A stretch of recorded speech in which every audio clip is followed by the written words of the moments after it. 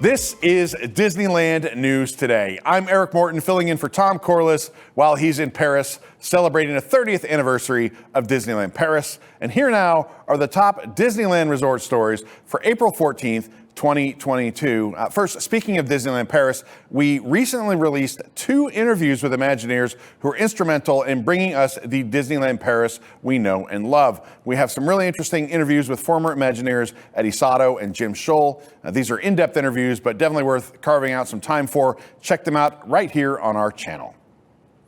As the Disneyland Resort prepares to welcome back non-distanced character meet and greets next week, it's been revealed that guests using Disney Genie Plus will not be able to book reservations using the service, according to the Orange County Register's Brady McDonald.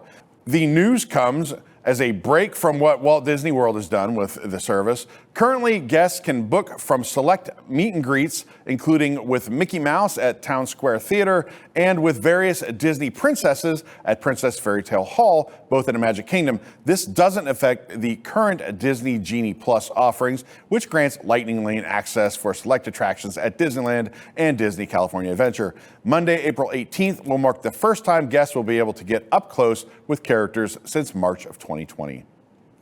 The Main Street Electrical Parade returns to Disneyland on April 22nd, and it will have some new additions, including a new Princess and the Frog float. The Instagram post says we're just 11 days away from the return of the Main Street Electrical Parade to Disneyland. The new grand finale will represent 14 beloved stories, including Princess Tiana from The Princess and the Frog. You can check out the concept art over on our site and then go to celebrate the 50th anniversary of this nighttime spectacular yourself, beginning April 22nd. In honor of the parade's return, a new light-up sipper and popcorn bucket inspired by the parade floats will be available. The sipper is inspired by the turtle float, while the popcorn bucket is Elliott the Dragon. Each item will have a 2 per person limit. They will be available at various locations through Disneyland Park this season. So who says Florida gets all the fun with dragon popcorn buckets? The Disneyland Resort also revealed several new treats and dining packages that will be available this spring in honor of the return of several nighttime spectaculars. You can head on over to our site to check out the full list. We may not talk about Bruno, but Disneyland sure is. A new Encanto projection show began Monday night on the facade for It's a Small World, featuring the hit song We Don't Talk About Bruno and images from the movie. The entire song is used to depict the show, with projections taking advantage of the It's a Small World facade's unique features to synchronize with the show. You can watch our video of the show via the Disneyland News Today Twitter feed. Active and retired U.S. military members can now purchase new promotional tickets that include the Genie Plus service. Guests can choose between 3-day and 4-day Disney Military Promotional Park Hopper ticket. Those are available at Disneyland Park and Disney California Adventure Park each day of your ticket. Park pass reservations are required. The tickets must be purchased at an eligible U.S. military base. Thanks to Freddie Martin, we can share that in a recently discovered video mailed to Disney CEO Michael Eisner in 2003, late TV host and producer Dick Clark proposes that Disneyland celebrate the 40th anniversary of the Beatles' U.S. invasion with a complete retheming of the iconic theme park using themes and music from the band's beloved song catalog. Surely it's easy to imagine a nostalgic multiverse where Walt Disney and the Beatles come together to create something magnificent to multiply their magic, creativity, and dreams for a better world. So this is a story of the time Dick Clark sent a videotape proposal to Michael Eisner suggesting he retheme Disneyland for a year-long Beatles tribute, and what Eisner thought of the idea. You can read more about this crazy story, watch the full video linked over on our site. After being removed in February, Scrim is back up around the scaffolding at Tarzan's Treehouse at Disneyland. The attraction unexpectedly closed for refurbishment last fall, and it was mostly covered with Scrim by October. Half the scaffolding is covered in green Scrim, while half is covered in tan Scrim. A bridge connecting sections of the Treehouse is visible between the Scrim. There's been no word on when Tarzan's Treehouse might reopen. Stay tuned to Disneyland News Today for the latest on this project. On a recent trip to Disneyland, something odd caught our eye in the Emporium. A new 2022 Valentine's Day plush. Minnie and Mickey are connected at the feet by a sensor, and their feet say, Happy Valentine's Day 2022. Mickey and Minnie may be a little late in wishing you a happy Valentine's Day this year, but your significant other, maybe they'll still appreciate the thought a mere 2 months late. At any rate, the plush the plush set costs $39.99. I am Groot. Well, not really, but you can imagine what it would be like to live with Groot, thanks to a new weighted plush we spotted at the Disneyland Resort. The plush goes for a more stylized and cute depiction of Groot's younger self. The weight is located in his bottom, which means he'll sit comfortably on any surface you might desire. We found this at the World of Disney store in downtown Disney District for $29.99. Though Carousel of Progress now resides at Walt Disney World, a cup and magnet inspired by the attraction are now available at Tomorrowland in Disneyland. The cup is a transparent purple with an opaque purple straw and lid.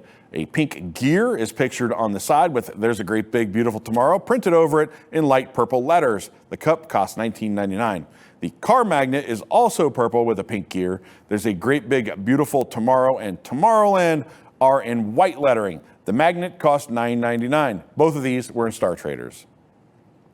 The Doctor Strange Mysteries of the Mystic Arts show at Avengers Campus in Disney California Adventure has been changed slightly since it originally premiered last year. Like the previous version of the show, it begins with Strange emerging from a portal in the doorway. Doctor Strange explains that the astral ring in his right hand must not fall into the hands of Dormammu. I don't want to spoil the rest of the show, but you can watch all of it right here on our YouTube channel.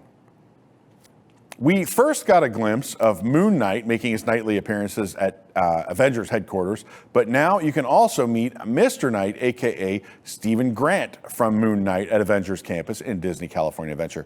We don't want to spoil Moon Knight too much for anyone who hasn't seen the first 2 episodes of this new Marvel show yet, but Stephen Grant is one of the many personalities of the main character, and Mr. Knight is his version of the Moon Knight superhero. He showed off his fancy suit to us and spoke in very thick British accent. You can spot him nightly in Avengers Campus when the sun goes down. Watch our video of the full interaction with Mr. Knight right here on our YouTube channel.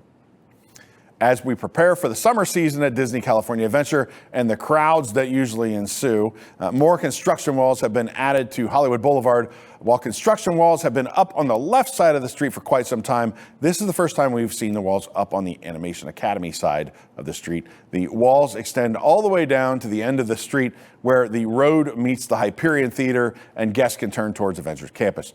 No word on how long these refurbishments are going to take, but we'll keep you posted here on Disneyland News Today when it finally does. Now at Star Traders in Disneyland, you can adopt your own Hawkeye star, Lucky the pizza dog. Yes, this Lucky plush comes with his own pizza slice hanging out of his mouth. We found it at Star Traders for $26.99. I have a pizza dog of my own at home.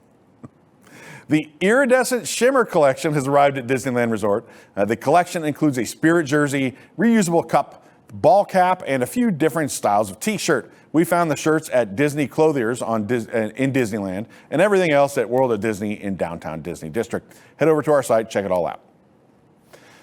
When Disneyland Resort opened the new Tenaya Stone Spa at Disney's Grand Californian Resort last year, there was a lot of hullabaloo about how the company was working with and honoring local indigenous people. Now, evidence and testimony have arisen to question these claims.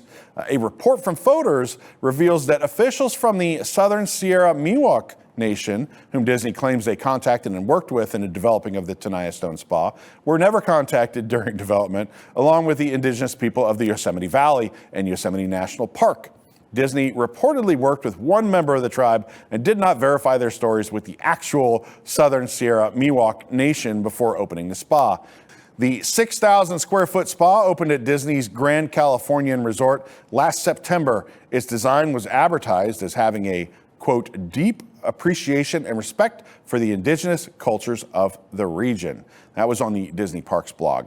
The company made a point to headline the work of Don Jackson, a Native American cultural advisor at Disney and Imagineer on Tenaya Stone Spa's story development team.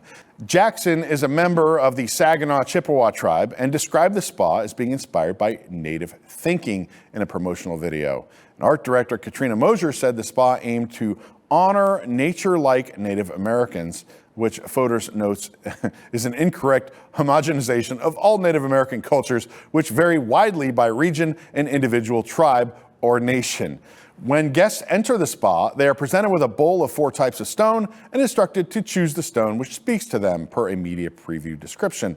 Once you choose a rock, guests are to set an intention and give your rock that energy by placing their rock on or around the namesake Tenaya stone. They can receive energy and healing from the stone. Although Disney claims they worked with the Southern Sierra Miwok Nation and other Native American peoples of Northern California in designing the spa, elders of the nation claim they were not contacted at all and first heard about it from a USA Today reporter asking for comment a day before the spa's open, according to Fodors. Sandra Chapman, chairperson of the American Indian Council of Mariposa County and the Southern Sierra Miwok Nation and direct descendant of Chief Tenaya, says they have never heard of any stone connected to her ancestor, nor do blessing stones play any part in their culture. The stone's origin goes back to the Parker family, who claim to also be descendants of Chief Tenaya. A Disney official confirmed this to Fodors, saying, "Our team visited the Parker family in their ancestral homelands in the Yosemite Valley, and from the family, this stone was chosen, blessed, and gifted to us." Mosier said in the same Disney Parks blog post that the stone comes from Lake Tenaya, which Disney did not confirm to Fodors. Additionally, there's a significant possibility that a felony could be on the line here if the namesake Tenaya stone, located at the center of the spa, is truly from Lake Tenaya in Yosemite National Park. Taking any property off a national park is a federal crime. Nobody has come forth as of yet to confirm to the tribe, to Disney, or to Fodors whether the stone was truly taken from the lake or not. Also noted was the fact that Disney at worst is in possession of stolen federal property and at best simply did minimal and low quality research on the indigenous peoples of Northern California to create the spa while trying to capture a catch-all native thinking. Later, in an emailed statement to Fodors, a Disney spokesperson denied the Tenaya stone came from Yosemite National Park. Disney responded saying, to confirm, the stone was not sourced from the Yosemite National Park. Any suggestion that the stone was obtained in any unlawful way is completely misleading and blatantly false. Earth Day is on April 22nd this year, so it's only right that the hot dog of the month at GCH Craftsman Bar Grill at Disney's Grand Californian Hotel and Spa is themed to the annual celebration. The Earth Day hot dog is a plant-based sausage with sauteed spinach, mushrooms, and onions, topped with green goddess dressing and edible flowers, served with fruit. The meal costs $12, and you can read our full review over on our site. For the absolute latest in Disneyland Resort news, head on over to DisneylandNewsToday.com. Follow us on your favorite social media platforms. If you're enjoying the show, be sure to like this video, subscribe to WDW News Today on YouTube for more great content, click the bell for notifications, and hit select all notifications so you never miss an episode of Disneyland News Today. You can also support the entire team behind this show by joining the WDWNT Interglobe Society at patreon.com/WDWNT. For DLNT, this is Eric Morton saying enjoy the rest of your today and have a great, big, beautiful tomorrow. Welcome to Disney Entertainment News Today from WDW News Today. I'm Rob Whiteside from WDWNT.com, and here now are the top Disney entertainment stories.